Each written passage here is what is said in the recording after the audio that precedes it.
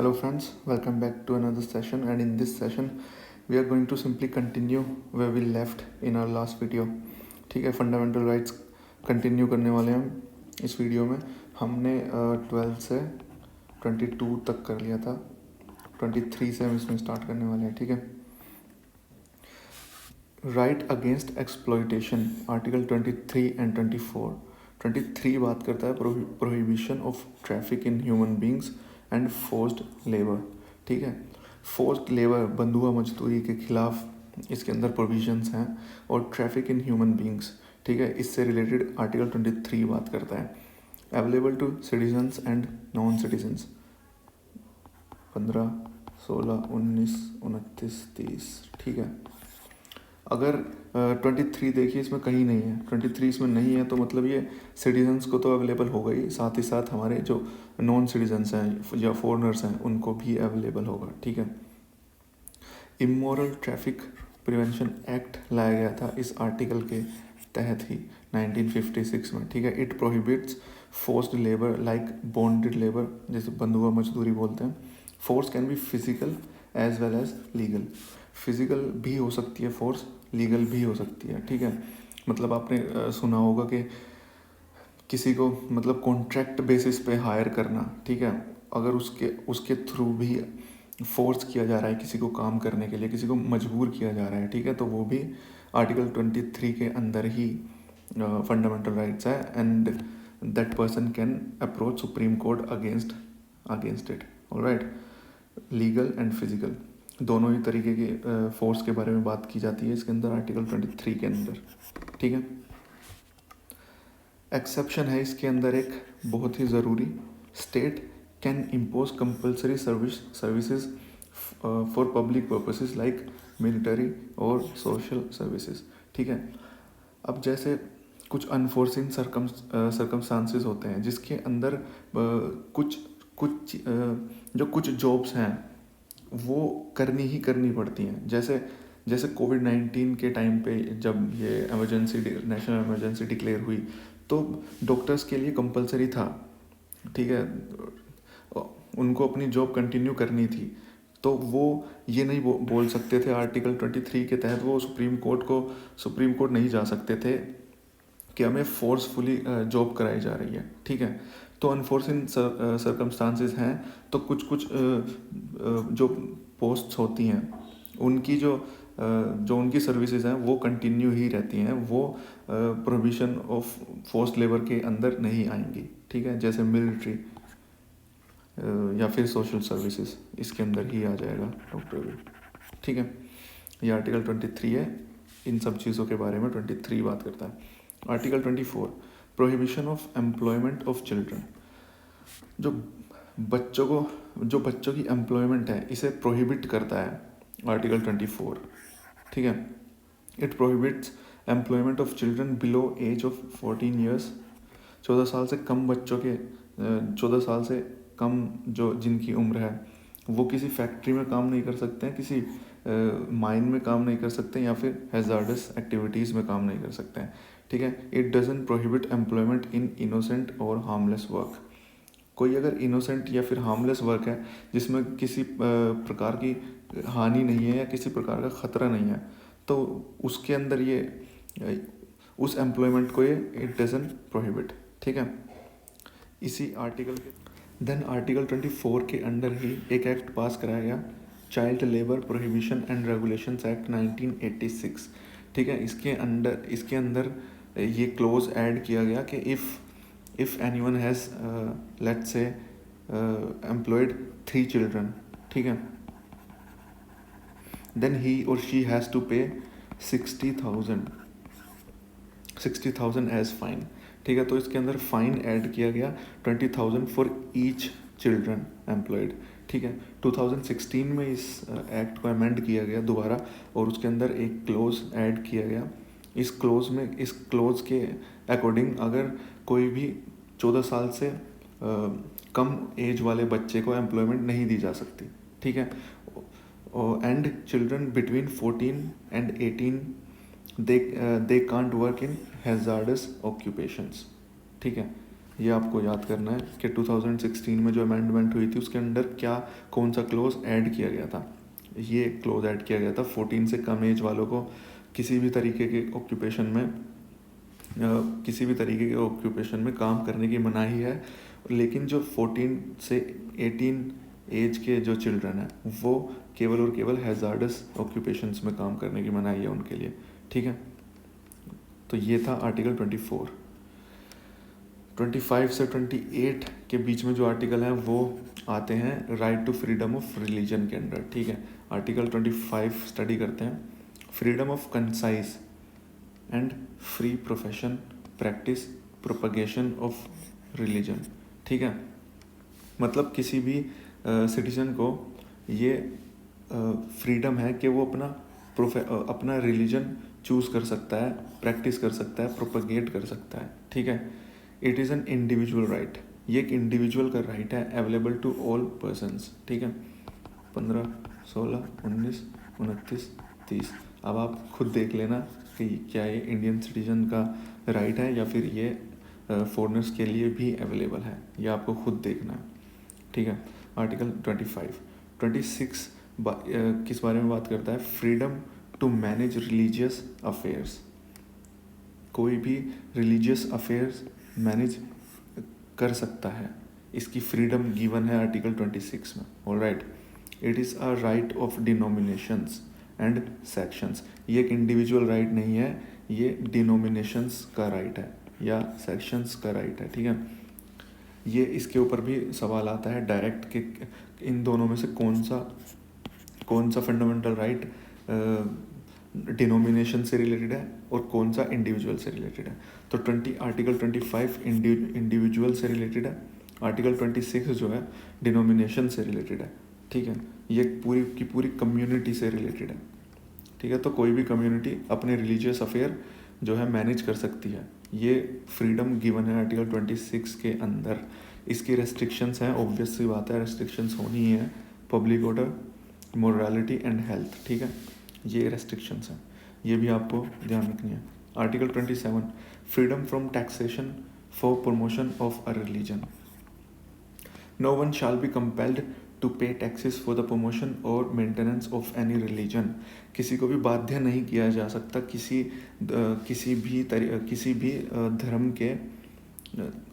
धर्म को लेके किसी भी तरीके के टैक्स वसूला नहीं जा सकता है किसी से भी।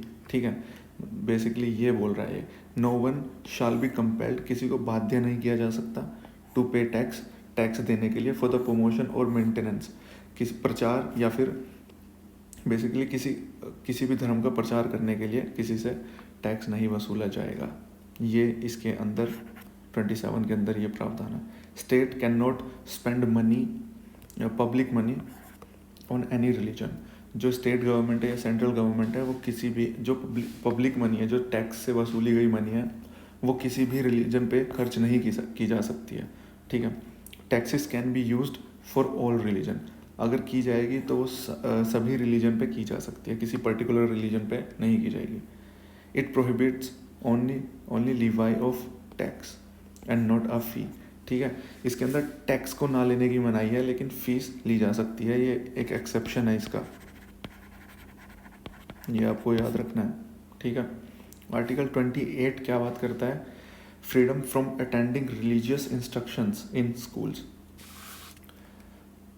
किसी बच्चे को फोर्स नहीं किया जा सकता कोई भी रिलीजियस इंस्ट्रक्शंस फॉलो करने के लिए। ऑलराइट, 4 तरीके के जो है एजुकेशनल इंस्टीट्यूशंस होते हैं। पहला, Holi maintained out of state funds. पहला टाइप वो है एजुकेशनल इंस्टीट्यूट्स का जो पूरे के पूरे स्टेट फंड पे चल रहे हैं। ठीक, स्टेट फंड पे जो चल रहे हैं। No religious instructions is permitted. ऐसे इंस्टीट्यूट्स में कोई भी रिलीजियस इंस्ट्रक्शंस परमिट नहीं की जाएंगी।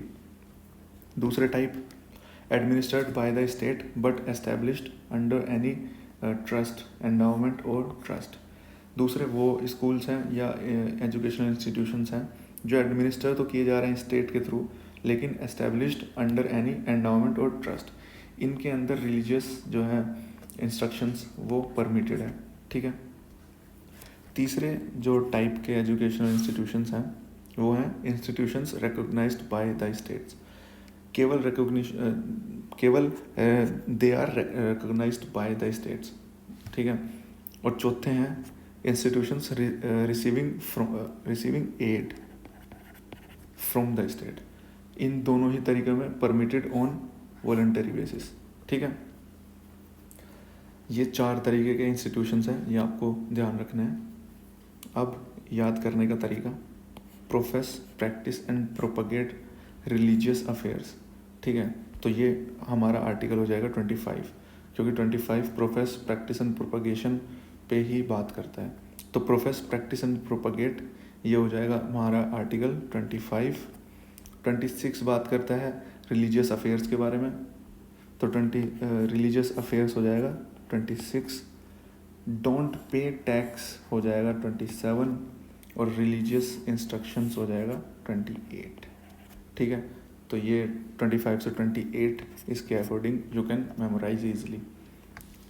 Now let's talk about article 29। It talks about protection of interest of minorities. Any section of citizens has a right to conserve their distinct language, script and culture. कोई भी section citizen का, उनके पास ये fundamental right है कि they can conserve their distinct language, ठीक है, script या उनका कल्चर। And it protects group rights, ठीक है। ये पूरे के पूरे ग्रुप का राइट है, ये इंडिविजुअल राइट नहीं है, क्योंकि यहाँ पे हम सेक्शन ऑफ सिटीजन्स के बारे में बात कर रहे हैं। एक प्रॉपर सेक्शन जो है सिटीजन्स का, उसके बारे में बात हो रही है यहाँ पे, ठीक है। ये किसी पर्टिकुलर पर्सन के बारे में बात नहीं हो रही है, तो ये एक इंडिविजुअल राइट नहीं है, ये एक ग्रुप राइट है, ठीक। No citizen can be denied admission into any educational institutions maintained by the state or receiving aid from the state on ground of religion, race, caste, language. And this is how you can memorize these 4 terms and conditions: religion, race, caste and language. Alright, इसके अंदर ये बात की जा रही है कि कोई किसी भी पर्सन को डिनाई नहीं किया जा सकता है एडमिशन किसी भी एजुकेशनल इंस्टीट्यूशंस में जो कि मेंटेन किए जा रहे हैं बाय द स्टेट, या फिर कुछ एड रिसीव की जा रही है उनके द्वारा स्टेट से, ठीक है। और कौन कौन से ग्राउंड पे, रिलीजन, रेस, कास्ट या फिर लैंग्वेज, ठीक है, सिंपल है। It protects individual right. क्यों? क्योंकि हम यहाँ पे इंडिविजुअल के बारे में बात कर रहे हैं, किसी सिटीजन के बारे में बात कर रहे हैं, ना कि किसी सेक्शन ऑफ सिटीजन के बारे में, ठीक है। It protects religious linguistic minorities. ये बहुत ज़्यादा इंपॉर्टेंट है, 2 words, religious and linguistic minorities, ठीक है। ये आपको याद रखना है कि it only talks about religious and linguistic minorities. Alright, article 30, rights of minorities to establish and administer educational institutions. Article 30 provide करता है rights of minorities to establish and administer educational institutions, ठीक है। Grants rights to linguistic and religious minorities. Linguistic और religious minorities को ये right provide किया जा रहा है आर्टिकल 30 में कि they can establish and administer educational institutions, ठीक है। बेसिकली ये आर्टिकल 30 इस बारे में बात कर रहा है कि जो लिंग्विस्टिक और रिलीजियस माइनॉरिटीज़ हैं हमारी कंट्री में, वो एस्टैब्लिश कर सकती हैं या फिर एडमिनिस्टर कर सकती हैं किसी भी एजुकेशनल इंस्टीट्यूशंस को। Alright, right to establish and administer educational institution of their choice, compensation by the state for acquisition of their property, और जो प्रॉपर्टी एक्वायर करेंगे अपने एजुकेशनल इंस्टीट्यूशंस के लिए उसमें भी कंपनसेशन प्रोवाइड करेगी स्टेट, ठीक है। और ये ऐड किया गया था clause 44th constitutional amendment act 1978 के अंडर, ठीक है। It doesn't extend two sections of citizens, ठीक है। ये हर किसी के लिए नहीं है, केवल और केवल माइनॉरिटीज़। और माइनॉरिटीज़ कौन सी?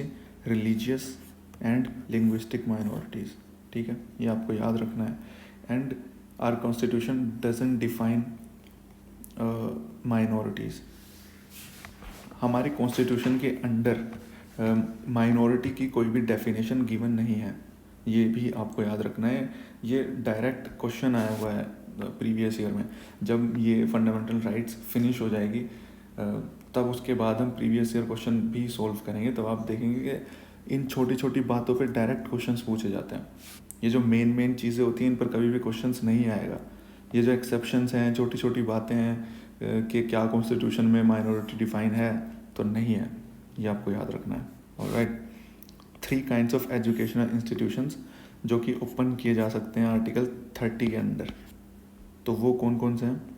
Seek recognition and aid from the state, वो इंस्टीट्यूशंस जो recognition and aid both they are seeking from state.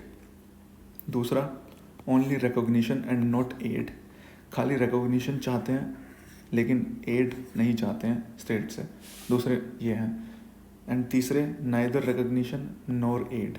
ठीक है, ये 3 तरीके के एजुकेशनल इंस्टीट्यूशंस हैं जो कि ओपन किए जा सकते हैं आर्टिकल 30 में।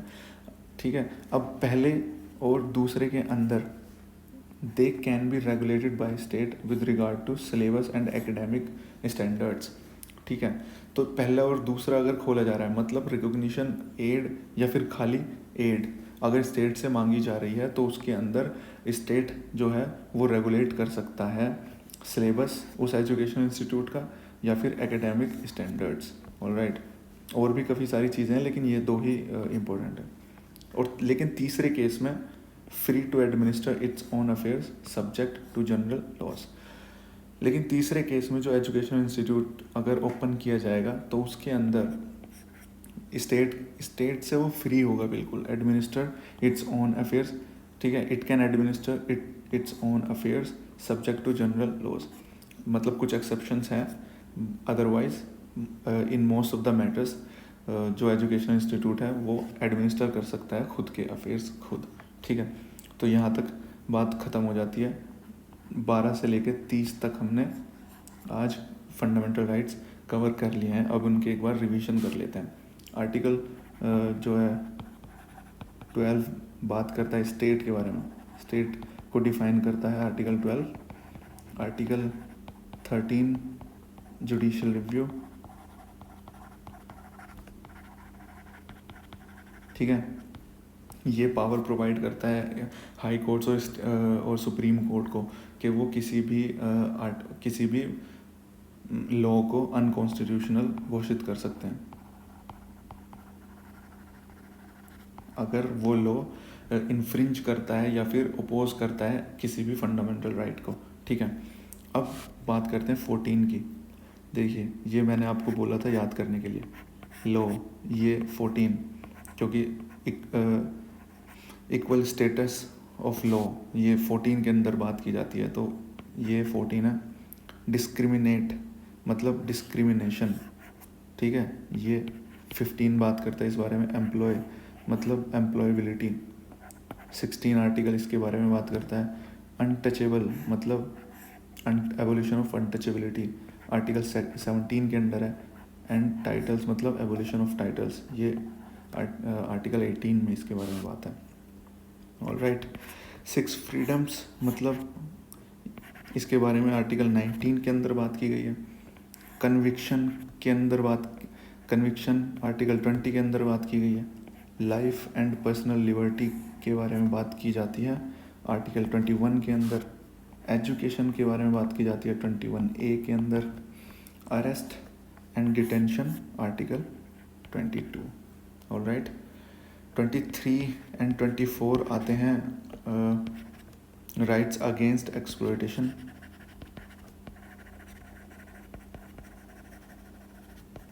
हमने अभी पिछले स्लाइड्स में ही देखा है। प्रोफेस, प्रैक्टिस एंड प्रोपगेट ये आते हैं 25 में। ऑलराइट, रिलीजियस अफेयर्स इसके बारे में बात करता है 26। वी डोंट हैव टू पे टैक्स उसके बारे में बात करता है 27। एंड रिलीजियस इंस्ट्रक्शंस के बारे में बात करता है आर्टिकल 28। ओके, एंड 29, 20, 30 हम देख ही चुके हैं। Protection of interest of minorities and article 30 है right of minorities to establish and administer educational institutions, और कितने तरीके के इंस्टीट्यूशंस हैं, 3 तरीके के इंस्टीट्यूशंस हैं वो भी हम देख चुके हैं, ठीक है। तो आगे आर्टिकल 31 से 35 तक अगले लेक्चर में देखेंगे। Okay, thank you very much guys. अगर आपको वीडियो पसंद आई तो do like it, share it and subscribe to our channel. Thank you very much guys.